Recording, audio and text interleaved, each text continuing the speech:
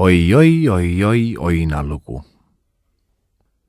Kord, kui hundirahva seas kibe nälg valitses, lubas metsaisa kõige kõhnemal hundil ühe oina ära murda. Hunt jooksis kohe karjamaale, kutsus oina kõrvale ja ütles: kannata nüüd pisut ja ära liiguta, ma hakkan sind murdma. Ei tohi, vastas oinas. Tohin küll, ole aga vagusi, ütles hunt. Kes sulle niisuguse loa andis? Metsaisa ise andis. Mina aga pole pärit metsast, minu kodukohaks on küla. Ei tähenda midagi, söögiks oled sa määratud ja söögiks aga lähed. Oinas nägi, et ega vist pääsemist enam pole ja hakkas haleda häälega paluma. Kulla, pai, hundikene, las ma elan veel sügiseni. Näed, olen lahja ja kondine nagu kärbiseredel. Mis sa minust kehvakesest nõndaviisi ikka saad? Sügisel on aga hoopis teine asi. Katsun suvel tublisti süüa, muutun priiskeks ja paksuks. Ja oligi hunt viimaks kaubaga nõus. Jätab seks korraks oinale elu. Sügisel aga tuleb tagasi ja pärib oma osa.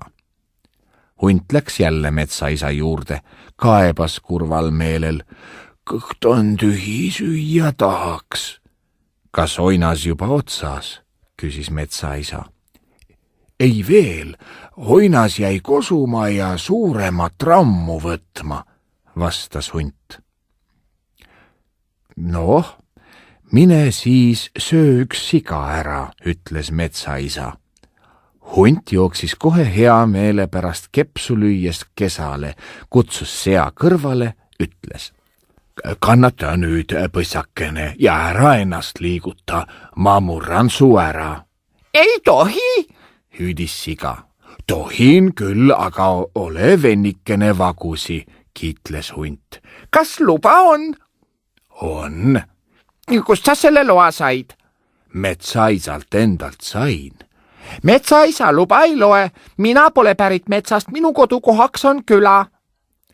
Ei tähenda midagi, söögiks oled sa määratud ja söögiks aga lähed. Ka siga nägi, et ega vist pääsemist enam pole ja hakkas haletasti paluma.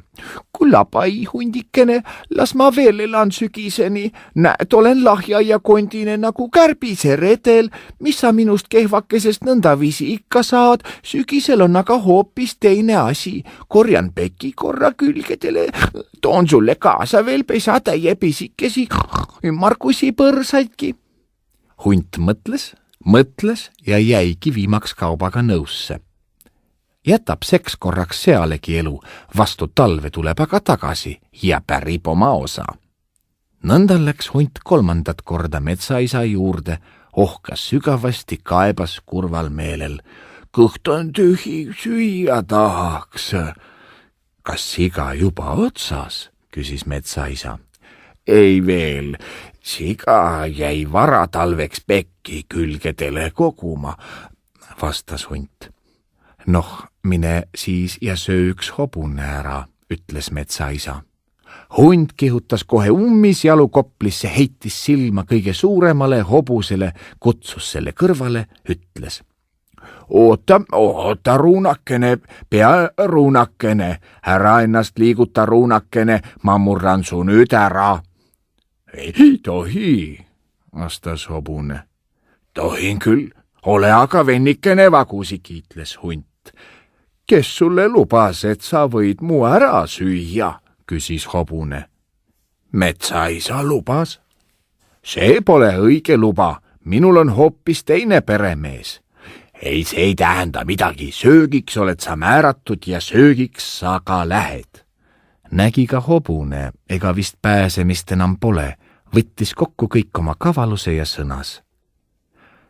Eks sa võid ju seda teha, aga suuremalt tulu sul minust küll ei ole. Talvel lõppesid heinad otsa, tuli süüa katuseõlgi, torgivad kõrrekesed praegugi veel naha all, mardipäevaks vaatet, selleks ajaks oleks hoopis teine asi. Mitu kuud ristikheina söödud ja kaeravakka nositud. Hunt mõtles, pidas aru, ja jäi selgi korral kaubaga nõusse, jätab Ruunale praegu elu, mardipäevaks tuleb aga tagasi ja nõuab oma osa. Niiviisi viis Teeke Rajake hundi uuesti metsaisa palge ette.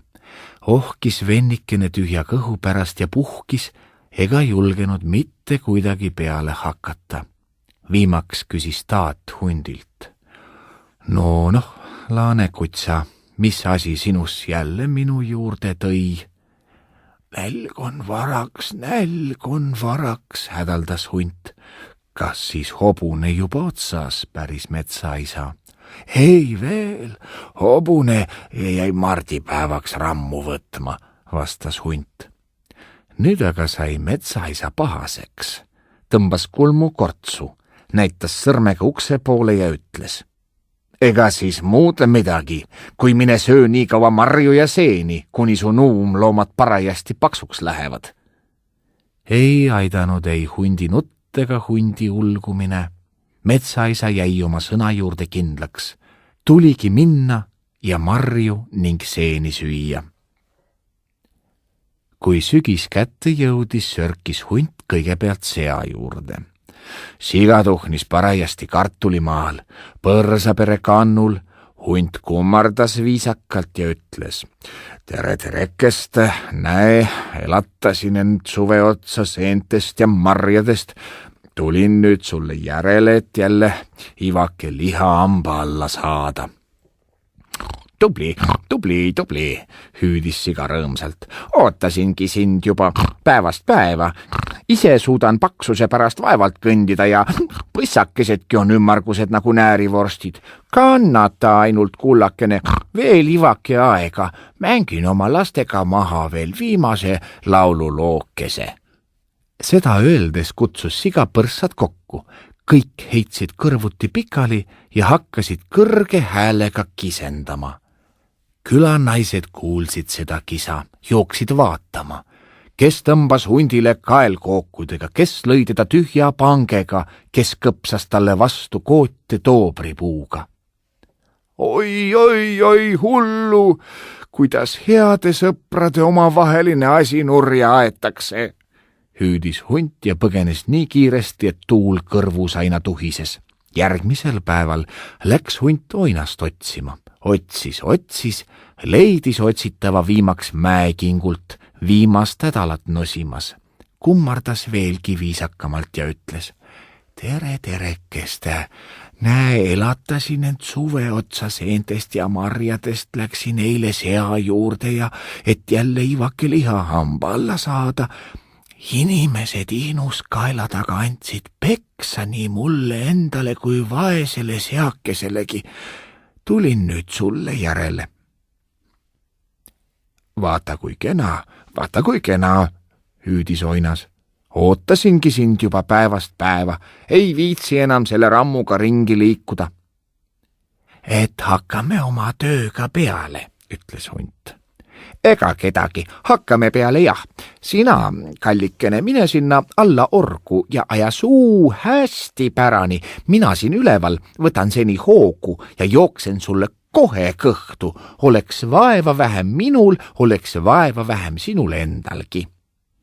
Hunt kuulas oina õpetust, läks alla orgu ootama. Nägi, oinas tuligi 1004 kihutades pea rinnale toetatud, ajas suu hästi pärani, ootas.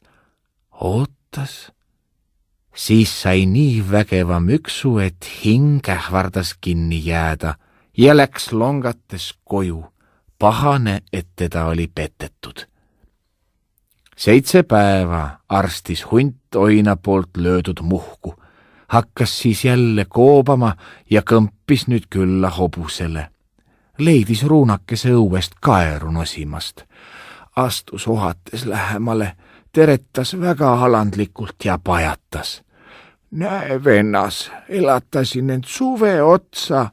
Seentest ja marjadest läksin viimaks sea juurde, et jälle ivake liha hamba alla saada. Inimesed Ihnus kaelad ajasid aga meie omavahelise asja nurja. Seejärel läksin oina juurde, pääsesin vaevalt eluga. olin kokku sattunud tigeda petisega. Tulin nüüd sulle järele, suksukene. Sõber, liiga kaua lasksid mind igatsust tunda, ütles hobune. Vaata ja pane tähele. Isegi puhas jumala vili ei meki mulle enam. Niivõrd olen juba ootamisest tüdinud. Et hakkame siis oma tööga peale, ütles hunt. Täiesti õige, hakkame peale jah, mis siin enam venitada, ainult et mul liha on suure kurvastusega ära hangunud. Kannatama kihutan paar tiiru mööda õue ringi, kuni keha uuesti soojaks läheb, seletas hobune. Ei saa lasta, ära jooksed, lõi hunt kahtlema.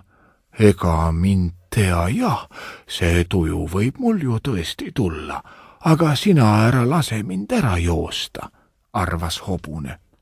Kuidas ma saan sind keelata? Sinu koivad on ju minu koibadest hoopiski pikemad, ütles hunt. Hobune mõtles, õpetas viimaks. Mis seal muud, kui sasi oma hambad hästi kõvasti mu sabasse ja kihuta minuga kaasa. Hunt tegi hobuse käsu järgi. Hobune traavis hea tükikese aega mööda kitsast õue ratas ringi, kuni hunt tuimaseks jäi.